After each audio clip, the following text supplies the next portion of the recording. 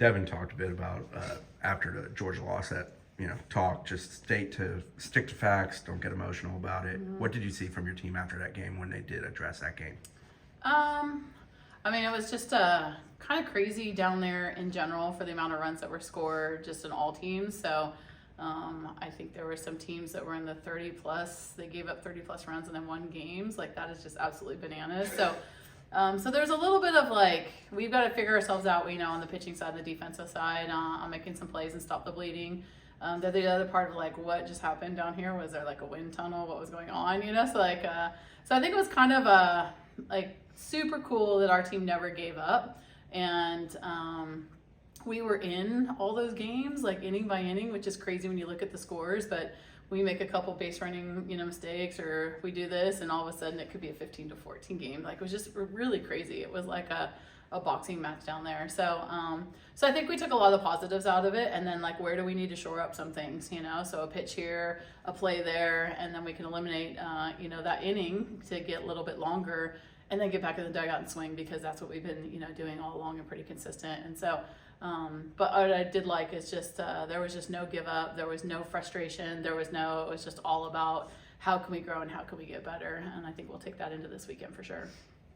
I guess, how rare is it when you have, that many teams of that caliber, and, I guess all of that happens? I guess, how much of a rarity is it to see, kind of, the game plan or whatever you're playing for just kind of, go all over? Extremely rare. Like, I don't, Tim would probably know last time we've given up 20 plus runs. I don't know what year that was, but I know the last time someone had to lead off bases was my Stanford days, like way back in the day. So like, that's just kind of a unusual situation to be in. But I think at first you look at yourself and you're like, man, like, what are we doing? And then you hear everything that's going on around the whole park and how it was kind of the whole park. I mean, there was definitely some close games, but there was a lot of games that were really out of control. So I don't know, is it something with pitching? Is more people using more pitchers? Are hitters preparing more? It'll be interesting to see how the season goes along with that. I think that TV doesn't want that, because they want close 2 hour and 15-minute windows, and that's not even hitting that mark at all. So but yeah, so I think you just got to flush it and learn from it and move forward, and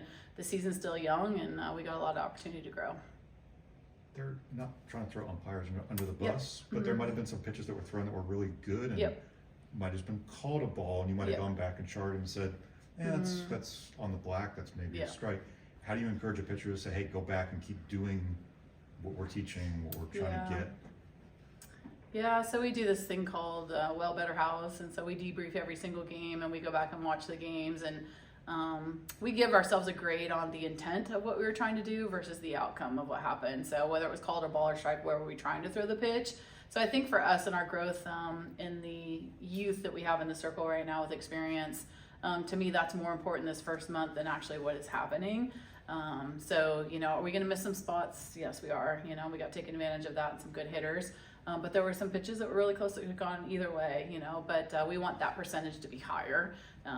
We need to be in the 80% of intent versus we're like in the 50s right now. So that's why I think for me now there's a lot of growth and opportunity there for us. So yeah.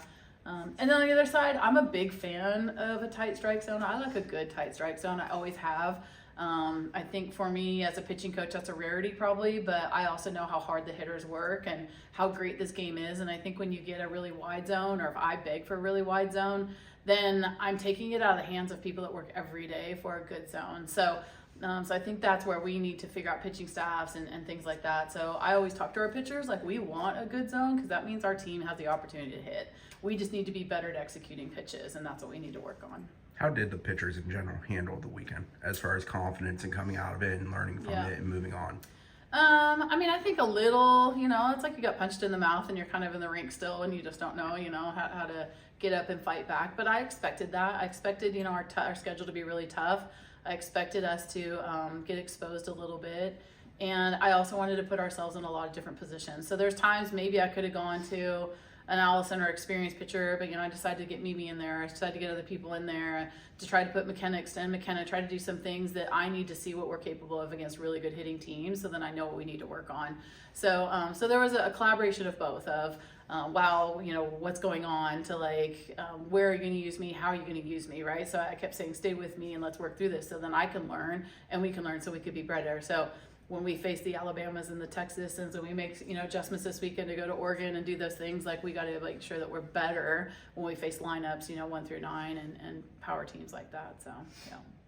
Devin talked about how important it was that the younger players kind of got that experience last week and being Yeah. in, you know, not the most comfortable situation, stuff like that. Yeah. I guess going into this weekend and, you know, a different tournament than last weekend, you know, is there kind of an expected, you know, different change from, you know, attitude and stuff like that on the field from when they came into the tournament last week? If that makes sense, I jumbled that up. Yeah, no, I think, you know, it's, we play a tough schedule and we ask for a tough schedule because we know that that's going to help us move the needle a lot quicker for our team to grow. And so I think the big thing right now is we knew the only need everyone, right? We knew that the game was going to expose us a lot in areas that we needed to make sure that our upperclassmen were right there with our underclassmen, knowing like, man, I was here as a freshman, sophomore too, and I knew what this was like. And, you know, stay with me as a teammate, stay with me as a coach, we'll grow and we'll get better. So looking forward this weekend to have better first pitch strike percentages, better back-to-backs, like little things that, you know, may not result in wins, but they result in the process. And if we can do that, and then your seniors are with you doing that, they could see the growth in that, then you start to build as a team and you have chemistry as a team. And so regardless of the outcome last weekend, just the level of play and the speed of it and the strength of it is something that they needed to see so we can make those adjustments moving forward. Yeah. So the technology